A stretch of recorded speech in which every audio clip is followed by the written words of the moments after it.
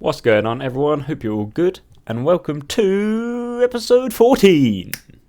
After that start, I have a feeling this episode is going to go terribly, considering the first bit of voice I have to record is just to name the episode, and that should be pretty easy by now. I've done 14 of them, but no, apparently not. But let's get in to what I've been doing on RuneScape. So if you've been keeping up with the series, you'll know that the last few episodes sort of have quite a linear structure to them, and there's a goal, there's like a clear goal. Now looking through the clips for this episode, I have no idea what's going on. Like that linear thing has just gone straight out the window, and I'm doing so much random stuff in this. To kick things off, we're actually going to start with a fail. Like that's quite impressive. Like not even like midway through, just the first thing I did was a fail. So I went to Puro to start catching eclectic implants. Now this is to get medium clues, and it is so much quicker. I can't tell you, if you're an Ironman or like killing guards or whatever, it's so quick to catch these imps and to loot the jars. It's so quick to get medium clues. But on my way there, I was feeling confident. I was like, yo, I got this down. I'm going to go catch all these little implants. I'm going to get loads of clues. I'm going to get ranger boots. I'm going to do it all. The vision was there. And then I look in my inventory, and what do I take? The completely wrong jars. So I didn't know that they were different jars. I went to the hunter shop, I prepped up, bought all these jars, got there, he was like, nah, you can't catch them imps, you ain't got the right jars.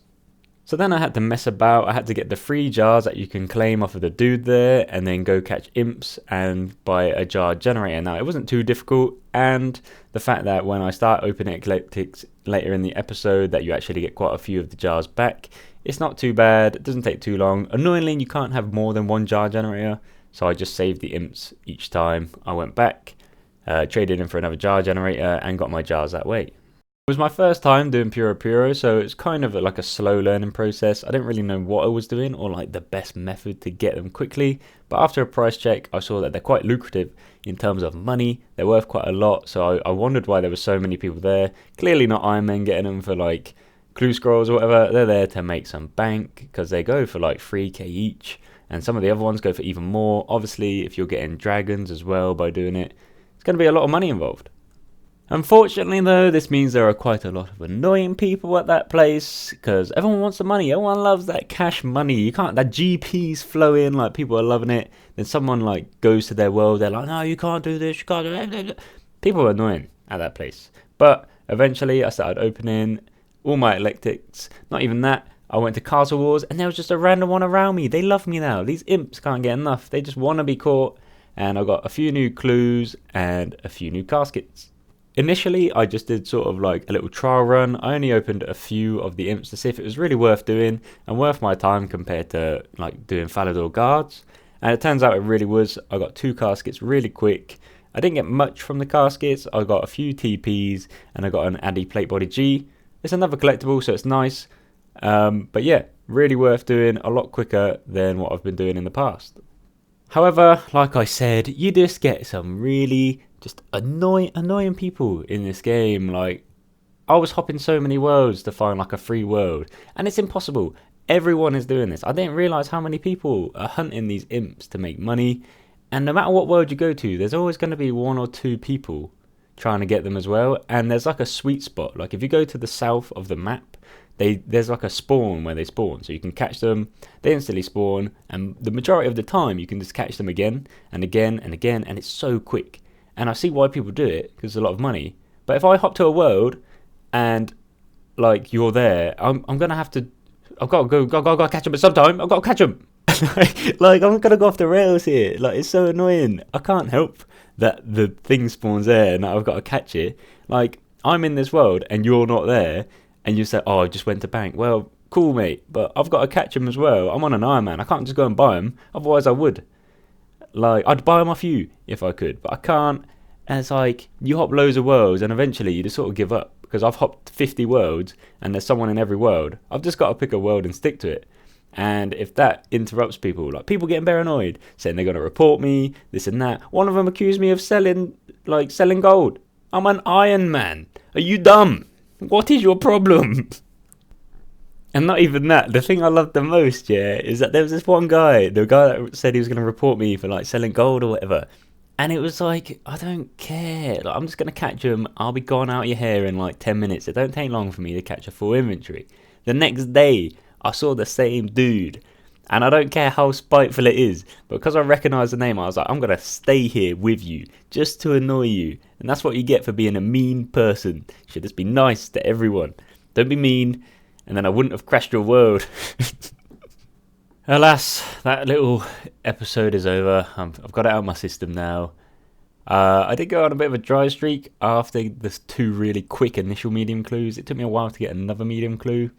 So I left it for a bit. I went off. I was getting annoyed with people just flaming all the time. I was like, I can't be arsed for this. I'm going to go do something else. So I did my first ever trawler run. And I got my first ever piece of angler on my first run. I was like, oh, it's going to take no time at all. It didn't take no time at all. It took a fairly long time to get full anglers. Not really worth it XP wise. The only reason I want it is so that eventually when I have the level, I can go catch minnows. Then I can catch... Well, you can trade them in for sharks, and then I can cook the sharks. So it's going to be a good way of not only getting a lot of decent level food on the account, it's also going to be a lot of levels in my fishing and cooking. After what I can only describe as a fair few hours, I finally got the full set of anglers. It took ages, and it's not like you don't get anything. You don't get any XP for that minigame, and it's literally like you click for 2 minutes and then you wait for 8 minutes. There's no other thing to do. It's such a quick... It should be a lot quicker, or there should be at least an XP reward involved in that. It's just not worth the time. You don't get that many fish either. I really don't like that minigame. Such a dead content. Dead out.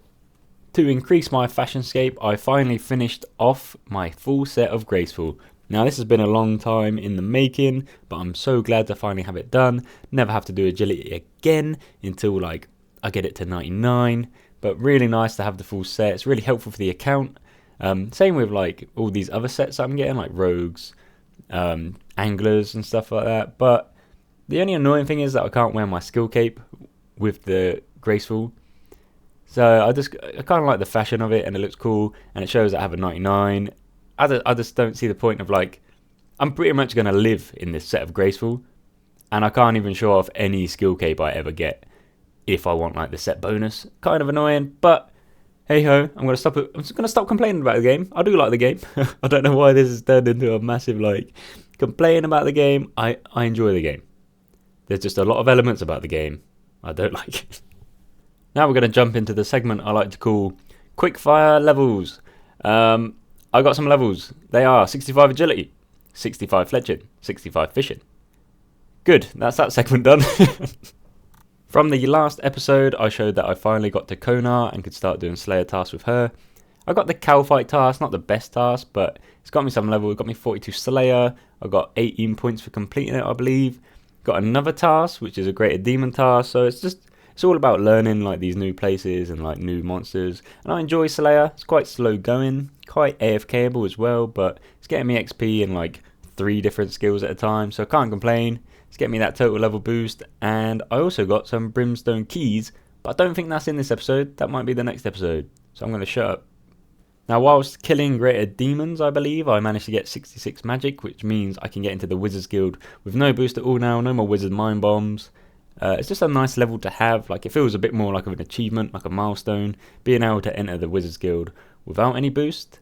I also kept going very dry on Eclectic Imps, but I did get some blue D'hide chaps, which is nice for ranging gear. Saves me getting like 71 crafting or whatever the dumb requirement is to make them. After like the whole life I spent at Fishing Trawler, I realised I had quite a lot of swordfish and things like that to boost my cooking level.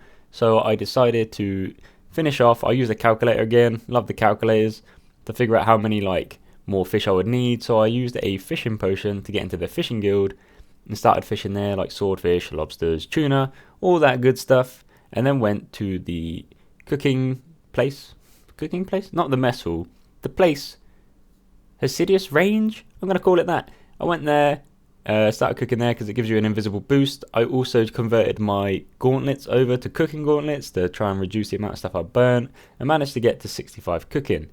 This is a fuge with an F, not huge with a H. This is a huge milestone on the account because 65 means I can go to the mess hall and you can get like 180k XP an hour there for free. Don't have to do diddly squat, don't have to get any resources. I can now fish as much as I want at like barbarian fishing without having to worry about cooking it, because I can always level my cooking at the mess hall with pretty good XP rates for free, and I'll do that eventually once I manage to start catching minnows and getting the sharks. Now I'm going to start closing off this episode. There's only one more thing I pretty much have to talk about for this, and that is my second Hespori kill. Now, I did try again, but I got rinsed a couple times. I managed to finally do it, but I've decided I'm going to leave Hespori for a while until I've just got a bit more attack and defense and just all round better gear, just so it's a lot less hassle. I don't have to use up so many resources, because it takes quite a lot of stuff when I keep trying and failing. But I managed to do it one more time just to see if I could get the bottomless compost bucket. No luck, but I did get a UC and an Attis seed. Not sure what they're used for. I think they might reduce like the rate at which crops get disease and stuff. I don't know if I've got the farming level to even use them yet. But yeah, another Hespori kill. I did it a bit quicker as well, I believe. So, you know, all in all, big man out here. Well, thank you if you've stuck around for this long and watched the episode. It means a lot. Thank you. If you have been watching the series, thank you very much. If you haven't and you're new, please subscribe, leave a like, dislike, comments below to help out. Anything, any advice you want, maybe. I help you if I can. If you have any advice for me on what to do on my account, then thank you very much. It does help. Follow me on socials, Twitter and Twitch. I'm going to start twitching. Twitching? Is that how you say it? I'm going to start twitching more, because if I stream, it means I've just got more footage to use. These episodes are going to be coming more weekly now, and hopefully that means they're kind of be a bit shorter, but it just means they're more bite-sized and I can fit more stuff into it. I guess it's not really how it works. If I'm making something shorter, I can't fit more into it, but I'm rambling now. Hope you're all having a great time, great week. Hope you're good. Yeah, all the stuff I just mentioned, like comment in, share it with people if you think they like it. Yeah, hope you're good. Peace. Thank you for watching. If you're new, please subscribe with notifications and all that so you can watch it. Follow me. Oh, that was a burp. Damn it.